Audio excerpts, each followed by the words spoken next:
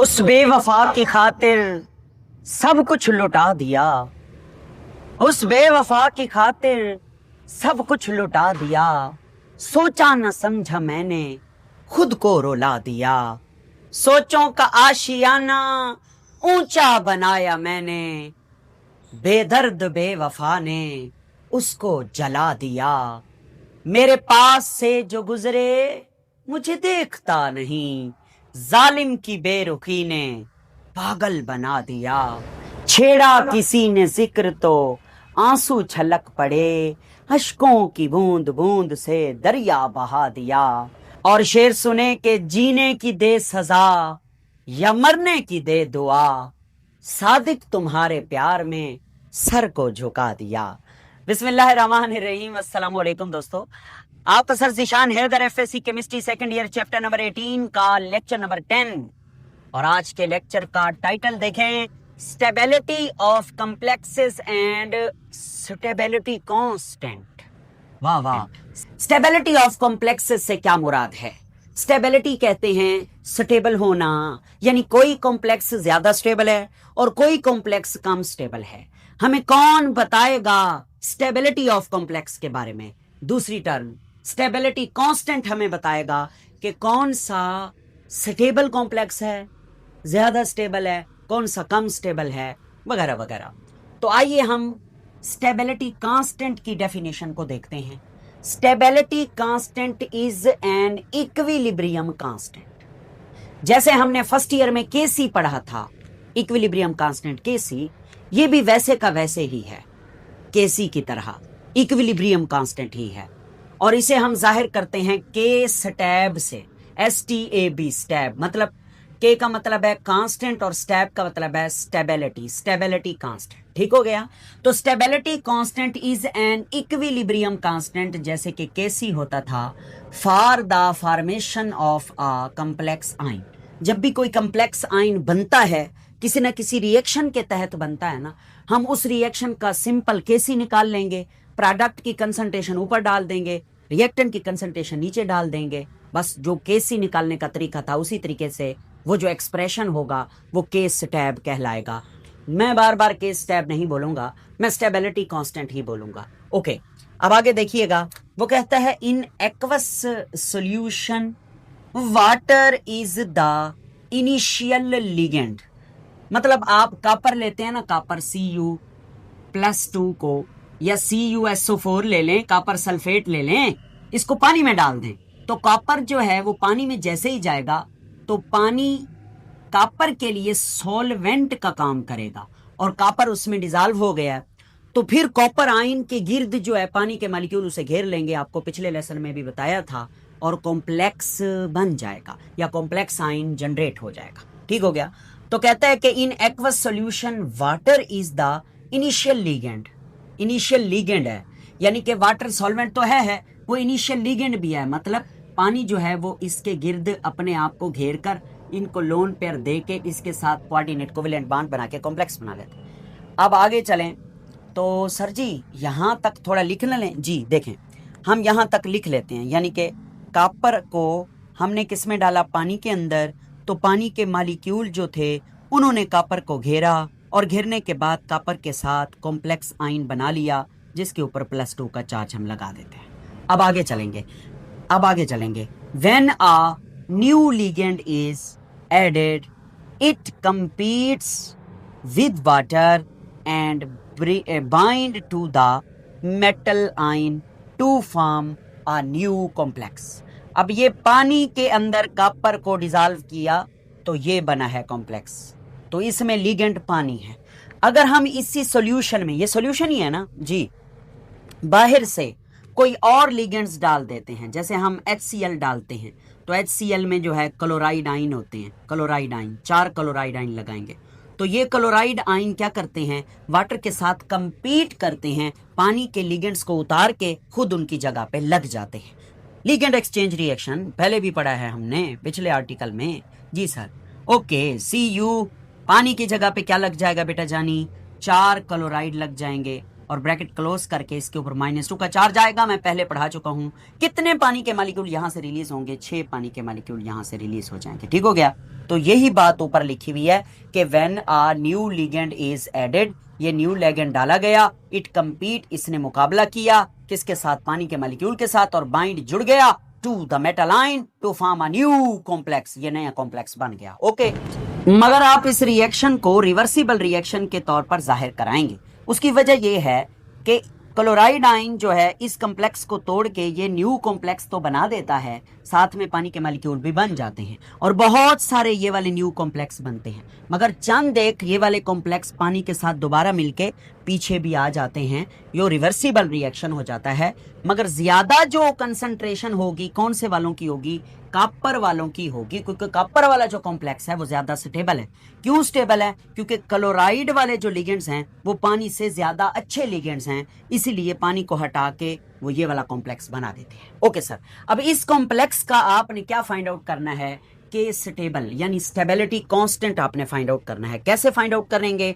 तरीका वही है जैसे आप लोग केसी निकाला करते थे, मैं पहले वैसे ही लिखूंगा, केसी लिखूंगा। केसी इज इक्वल टू ऊपर प्रोडक्ट की कंसंट्रेशन, प्रोडक्ट हमारे पास है CuCl4 की पावर -2 चार्ज और कंसंट्रेशन ऑफ क्या क्या क्या क्या H2O की पावर होल 6, ये ऊपर चला जाएगा। उसके बाद डिवाइडेड बाय नीचे आ जाएंगे ये वाले रिएक्टेंट, और ये हैं जनाब कॉपर, उसके साथ 6 पानी के मॉलिक्यूल, और इसके ऊपर चार्ज कितना होता है +2 का, और साथ में क्लोराइड आयन, और कितने क्लोराइड आयन है 4, तो ये पावर में चले जाएंगे 4। सही हो गया जी सर, बिल्कुल ठीक हो गया। तो अब ये एक्सप्रेशन इक्विलिब्रियम कांस्टेंट Kc ही है।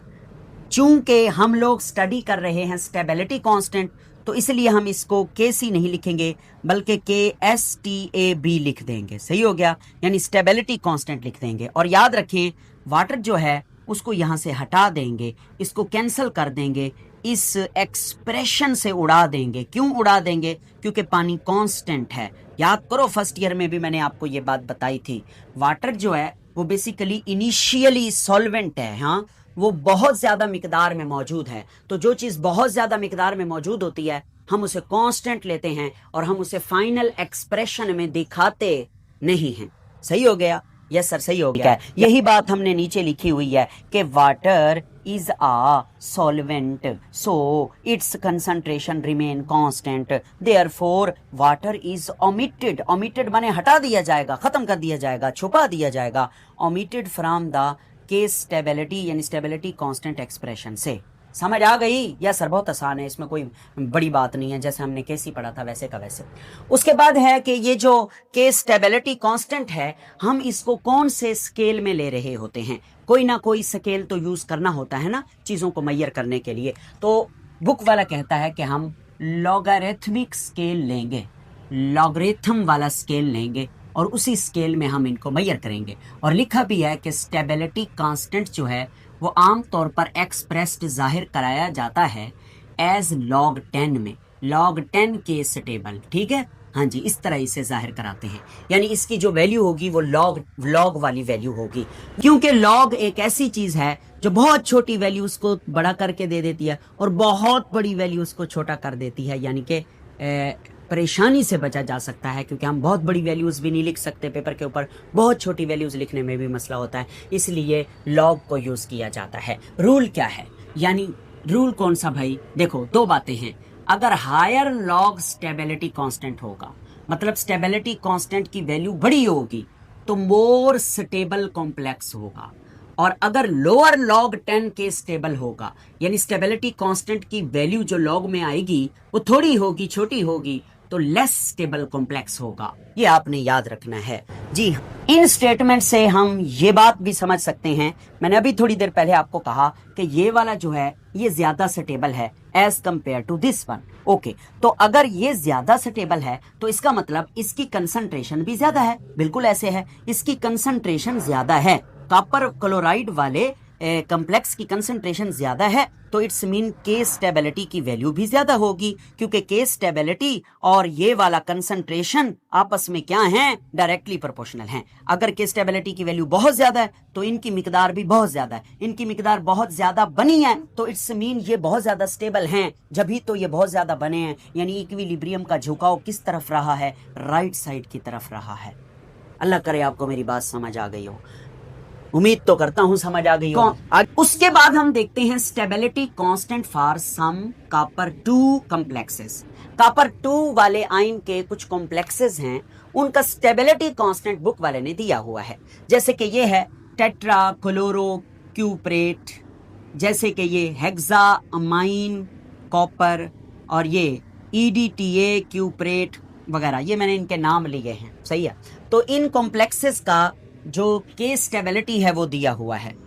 तो कॉपर वाले का है 5.6, ये लॉग की वैल्यू है, और कॉपर अमोनिया वाले का है 13.1 और EDTA वाले का है 18.8।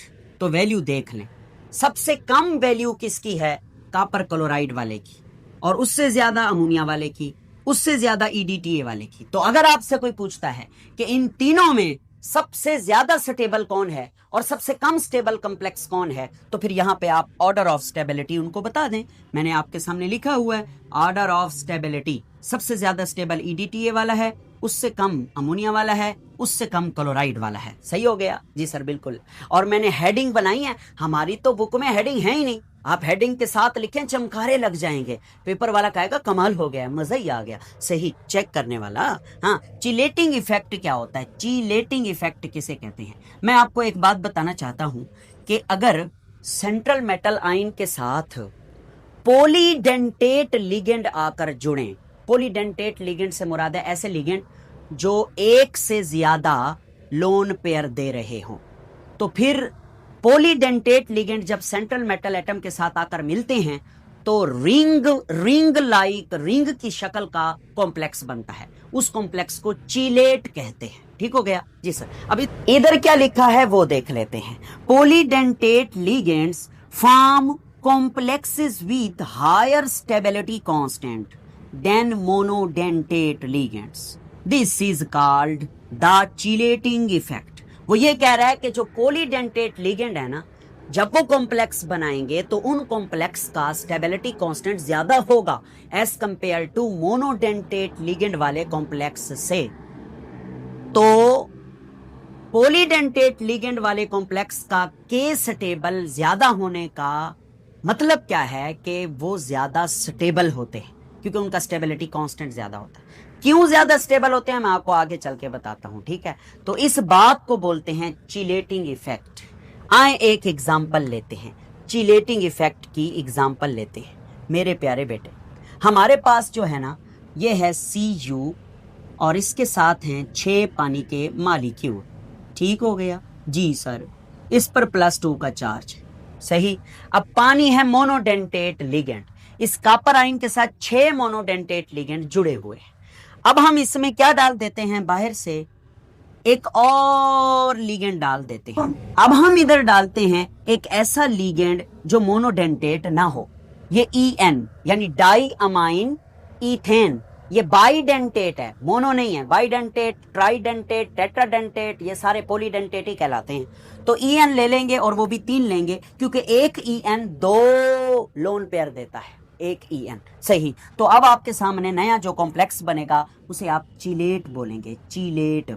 ये बना रहा हूं आपके सामने, EN कितने, 3। हम अगले लेसन में इसका स्ट्रक्चर भी बना के दिखाएंगे आपको, ठीक है।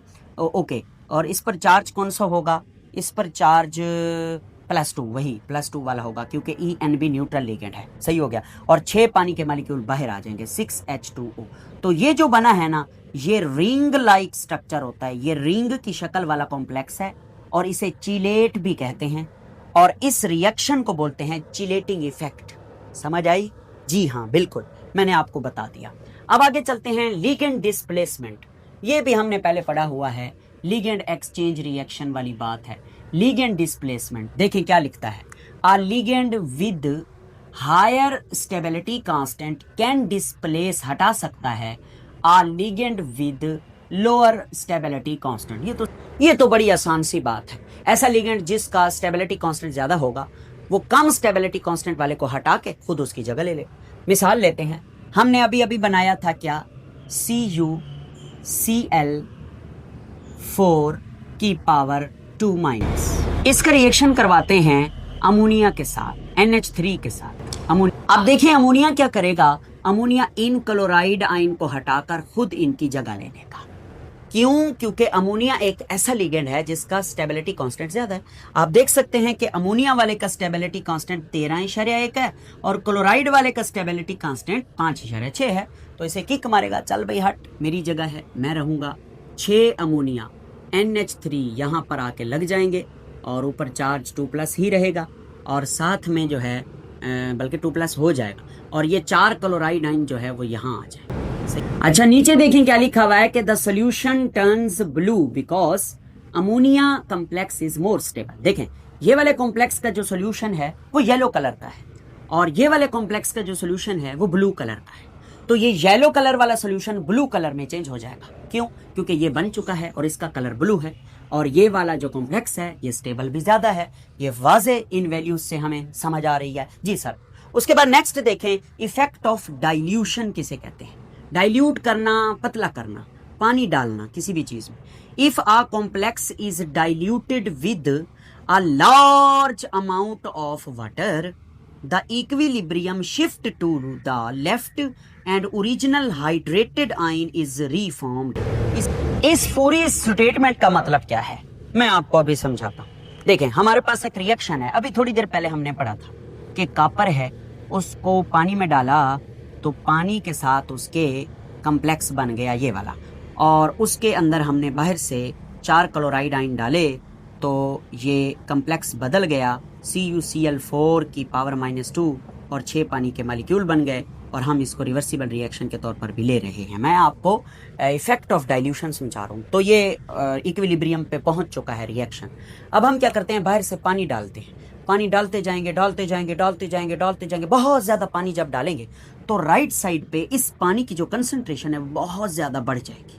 जब कंसंट्रेशन बहुत ज्यादा इंक्रीज होगी तो ली चैट्रियल प्रिंसिपल के मुताबिक इक्विलिब्रियम बर्बाद हो जाएगा और इस बढ़ी हुई पानी की कंसंट्रेशन को कम करने के लिए ये रिएक्शन किस तरफ दौड़ना शुरू कर देगा, ये रिएक्शन लेफ्ट साइड पे बैकवर्ड डायरेक्शन में मूव करना शुरू कर देगा। पीछे को आएगा पीछे को आएगा पीछे को आएगा और ये वाले खत्म होना शुरू हो जाएंगे और ये वाला जो कॉपर है ये ओरिजिनल हाइड्रेटेड फॉर्म में इस शक्ल में आना शुरू कर देगा। इसको बोलते हैं डाइल्यूशन या इफेक्ट ऑफ डाइल्यूशन। समझ आ गई? Yes sir. उसके बाद मेरे प्यारे बेटे इस टॉपिक से 3 क्विक चेक हैं। पहला है 18.6 क्विक चेक, कहता है कि right stability constant equilibrium expression for the formation of copper ammonia 4 के साथ फ्रॉम द Cu वाटर वाले कॉम्प्लेक्स। तो इस स्टेटमेंट से रिएक्शन क्या बनता है? रिएक्शन ये बनता है कि आपके पास ये हेक्सा एक्वा कॉपर वाला कॉम्प्लेक्स पड़ा हुआ है पानी के अंदर, ठीक है, और आपने बाहर से इसमें अमोनिया डालना है। अमोनिया कितने डालने हैं आपने? 4 अमोनिया डालने हैं, 4 NH3 डालने हैं, ठीक है, 6 नहीं डालने, ख्याल करना बुक में भी यही दिया गया। 4 से भी मतलब बन सकता है कॉम्प्लेक्स, 6 से भी बन सकता है।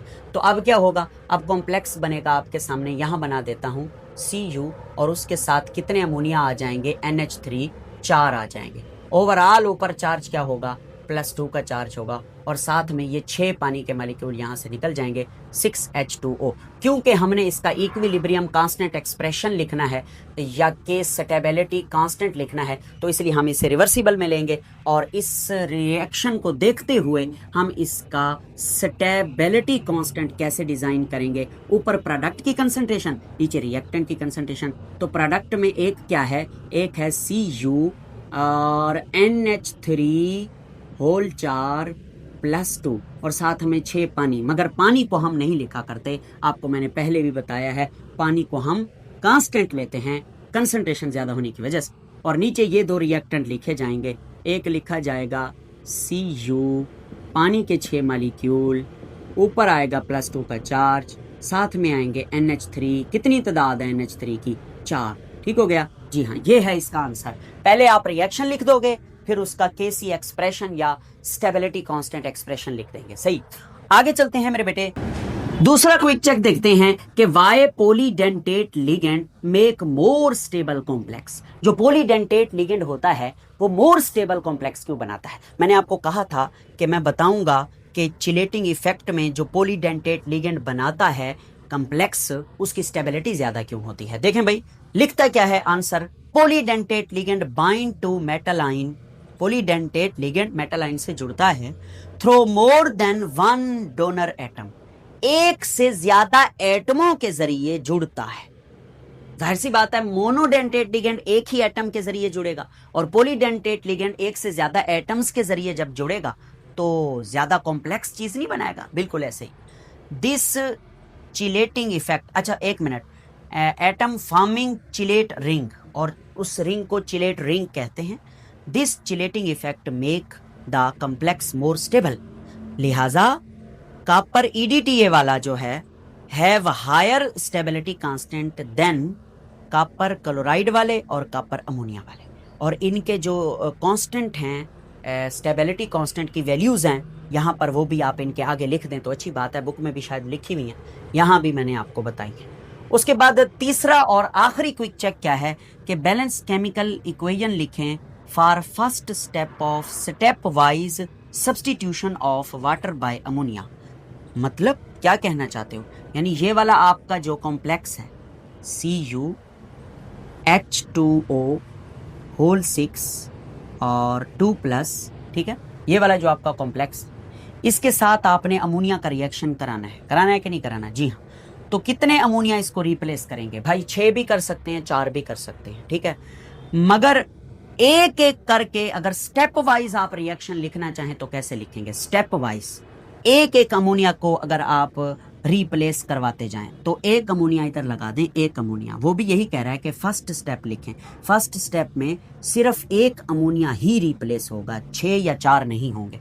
तो 6 पानी के मालिक्यूल में से इधर एक पानी का मालिक्यूल उतार के उसके साथ एक अमोनिया NH3 लगा दें, आपके सामने कॉम्प्लेक्स बनेगा Cu, 5 पानी के मालिक्यूल इसके साथ चिपके रहेंगे और एक सिर्फ अमोनिया का इस जगह पे आ जाएगा NH3 और ब्रैकेट क्लोज कर दें और चार्ज +2 लगा दें और यहाँ पे H2O वो बाहर निकल आएगा। तो ये रिएक्शन वो लिखने का कह रहा है और कोई रिएक्शन नहीं, इसमें आपने कोई कन्फ्यूजन का शिकार नहीं होना। ये हमारा आज का लेसन था, आप इसका स्क्रीनशॉट बनाइए, फिर मिलते हैं अगले लेसन में। थैंक यू वेरी मच, अल्लाह हाफिज़। बना लीजिए स्क्रीनशॉट।